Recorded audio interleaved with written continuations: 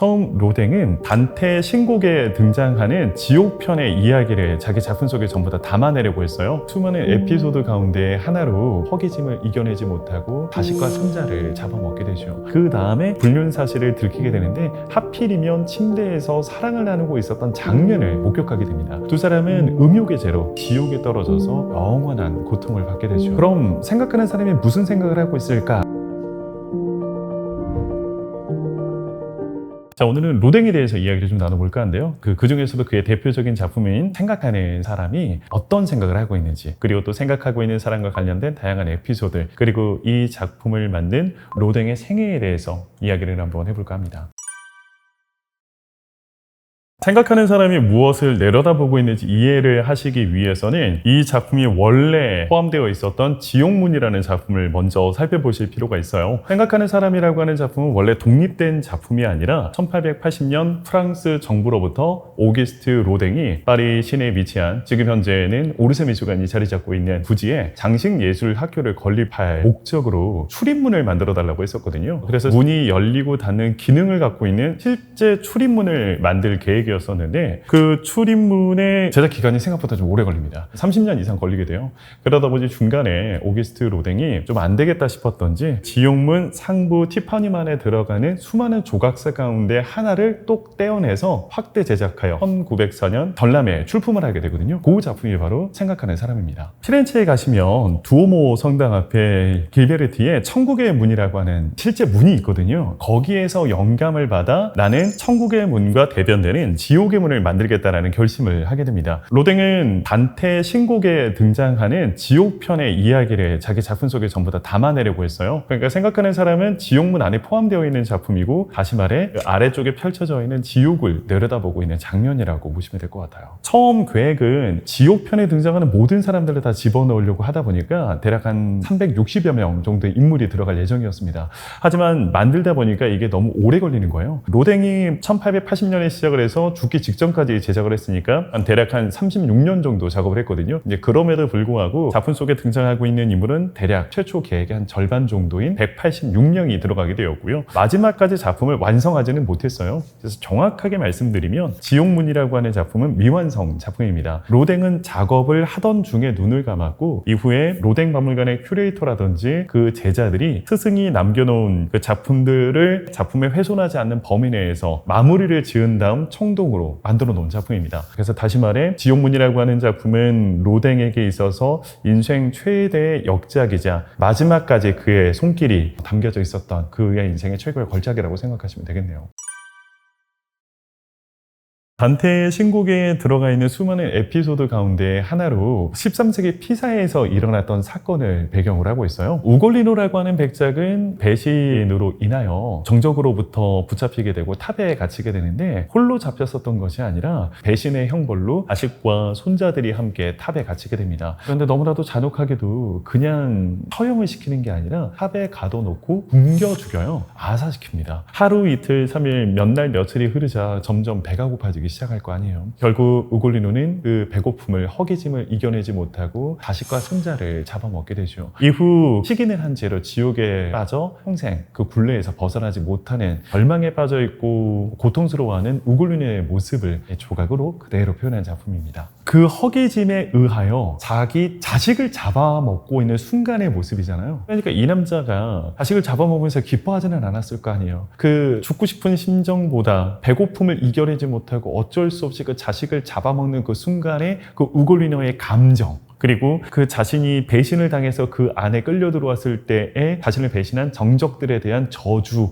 원망, 이런 복합적인 감정이 오롯이 담겨져 있는 작품으로 볼 수 있어요. 그래서 단순하게 자식을 잡아먹었다라는 것이 중요한 것이 아니라 이 우골리노가 당시 처해 있었던 그 감정이 얼마나 오롯이 잘 담겨져 있는가, 그것이 느껴지는가가 중요한 기점이기 때문에 그런 점을 중점으로 작품을 바라보시면 좋으실 것 같아요. 이 역시 실제 있었던 일이에요. 13세기 라벤나에서 있었던 일로 물론 정사에 기록되어 있지는 않고요. 구전으로 전해져 내려오는 이야기로 이 프란체스카라고 하는 여자는 이 정략 결혼으로 지오반니라고 하는 남자와 결혼을 하게 되는데 시집을 가서 보니까 당대 최고의 추남이자 절름발이었어요. 그러니까 남편에게 이성적인 매력을 갖지 못하게 되는 거죠. 그런데 이게 웬일? 시집 가서 보니까 시동생, 그러니까 남편의 동생 파울로가 너무나도 매력적인 사람이었던 겁니다. 결국 두 사람은 사랑에 빠져버리게 되고 이후 지오반니의 눈을 피해서 10년 동안 불륜을 이어나가게 되거든요. 근데 10년 정도 바람을 피다 보니까 이게 안 걸릴 수가 없잖아요.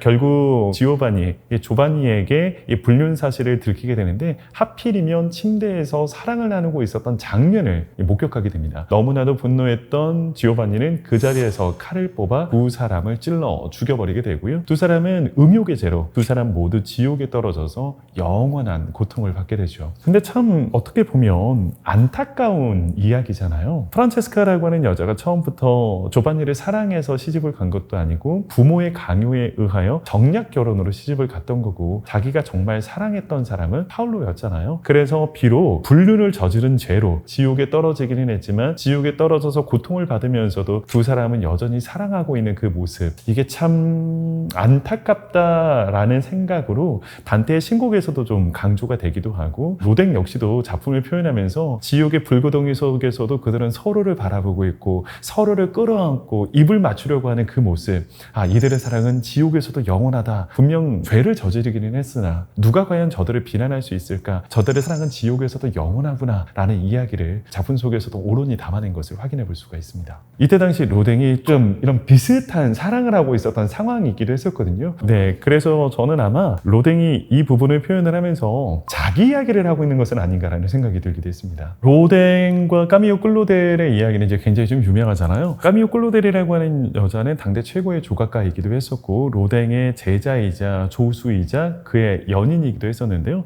일단 시작부터 조금 불편한 관계였어요. 두 사람이 처음 만난 것은 까미오 클로델이 로댕에게 조각을 배우기 위해 그의 공방을 찾으면서부터 시작이 되는데요. 그때 당시에 까미오 클로델의 나이가 19살, 로댕의 나이가 43살이었거든요. 그러니까 24살이나 나는 나이 차이였음에도 불구하고 두 사람의 관계가 시작이 되죠. 처음에는 제자로 공방에 찾아왔었지만 이 까미오 클로델이 워낙 조각을 잘하기도 했었고 그때 당시 대부분의 프랑스 여성들은 수동적인 행동을 취하기 마련이었었는데 굉장히 당당하고 자기 주장을 마음껏 표출하는 그녀의 모습이 굉장히 좀 매력적으로 다가왔었나 봐요. 그리고 사진을 보시면 아시겠지만 굉장히 좀 예쁘고 매력적인 여성이기도 했습니다. 자연스럽게 까미오 클로델에게 마음을 빼앗기기 시작하는데 로댕은 그때 당시 당대 최고의 조각가였잖아요. 그러니까 전설 같은 인물이었어요. 이미 로댕은 살아생전에 모든 부와 명예를 다 이루었었던 사람이었거든요. 자기 역시 조각가를 꿈꾸는 사람인데 당대 최고의 조각가가 자기를 좋아해준다? 이 여자 역시 로댕에게 마음을 빼앗길 수밖에 없는 상황이었던 것 같아요.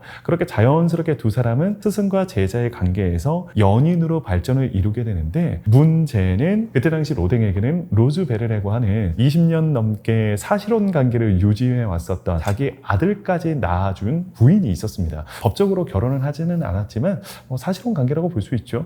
그러니까 이미 부인이 있는 상황에서 지금 자기보다 24살이나 어린 여자와 바람이 난 상황이다 보니까 당연히 세상에 좀 사회적으로 지탄을 받을 수밖에 없는 그런 관계일 수밖에 없었습니다. 근데 문제는 뭐냐면 사랑이라고 하는 게 자기 마음대로 안 되는 거잖아요. 새로운 사람을 만나서 사랑에 빠지게 됐다면 이전에 로즈베르를 정리하고 그냥 깔끔하게 까미오 클로델을 만나면 되는데 로댕이 참 욕심이 많았던 사람이거든요. 정부는 정부대로 그대로 두고 까미오 클로델과는 계속 좀 바람만 피고 싶었던 이런 관계가 10년 이상 이어지게 됐거든요. 그러다 보니 당연히 로즈베르도 이 관계를 계속 알게 되었고 심지어 까미오 클로델이 아이까지 임신을 하게 되자 까미오 클로델은 더 이상 자신이 정부로서의 삶을 살 수 없다. 내 아이까지 사생아로 키울 수는 없다 보니 로즈베르를 정리하고 자신과 정식으로 혼인을 줄 것을 요구하기 시작합니다. 10년 동안 불안하게 흘러왔던 이들의 관계가 이제 흔들리기 시작하게 되는 거고요. 결국 로댕은 로즈베르를 선택을 합니다. 까미오 클로델을 내치게 되죠. 근데 문제가 뭐냐면 그렇게 됐으면 까미오 클로델을 그냥 정리하면 되는데 로댕이 또 까미오 클로델을 또 좋아했었나 봐요. 이후에도 10년에 가까운 시간 동안 지속적으로 까미오 클로델을 회유해요. 예전처럼 그냥 지내자고. 내 정부로 계속 지내주면 안 되겠느냐고. 하지만 까미오 클로델이 더 이상 그런 정부로서의 삶을 살 수 없다고 거절을 하게 되자 결국 두 사람의 관계가 악화되기 시작하고요. 나중에는 서로를 비난하고 폭로하는 그런 구렁텅이로 이제 빠져들게 되죠. 까미오 클로드는 로댕이 자기 인생을 망쳐버렸다면서 불안과 정신 장애까지 앓기 시작하다가 정신병원에 입원하여 조금은 씁쓸한 인생을 맞이하게 되죠. 조각은 대리석으로 만드는 경우에는 한 작품이 하나밖에 이제 없을 수도 있지만 우리가 만나보는 지옥의 문이라고 하는 작품 그리고 로댕의 대다수의 작품들은 다 청동이에요. 그러니까 청동 조각상 같은 경우에는 청동을 직접 쪼개는 게 아니에요. 석고본을 먼저 만듭니다. 대리석이나 석고로 작품을 먼저 만든 다음 이것을 바탕으로 틀을 짜요. 그 다음에 이 틀에다가 청동물을 부으면 이 청동 조각 작품이 계속 나오는 겁니다. 그래서 에디션이 굉장히 많아요. 예를 들어서 지옥문 같은 경우에는요, 처음으로 만든 석고본, 그러니까 직접 로댕이 조각도 하고 만들어서 하나하나 붙여 만든 오리지널 석고본 같은 경우에는 오르세 미술관이 소장을 하고 있는데요. 그 석고본을 바탕으로 청동으로 떠낸 작품은 총 8개가 있습니다. 그래서 미국, 프랑스, 일본, 그리고 대한민국에서도 이 8개의 에디션을 만나볼 수가 있고요. 가끔 삼성재단에서 가지고 있는 그 지옥문을 가짜라고 생각하시는 분이 계시더라고요. 근데 그거 진짜입니다. 진짜 오리지널 로댕의 지옥문이 맞습니다. 지옥문 같은 경우는 8개 정도가 있고요. 생각하는 사람 같은 경우에는 처음 1904년 만국박람회에 출품했었던 작품 같은 경우는 28개 정도가 있고요. 이게 사이즈가 좀 작은 버전까지 포함을 하면 100개가 넘습니다.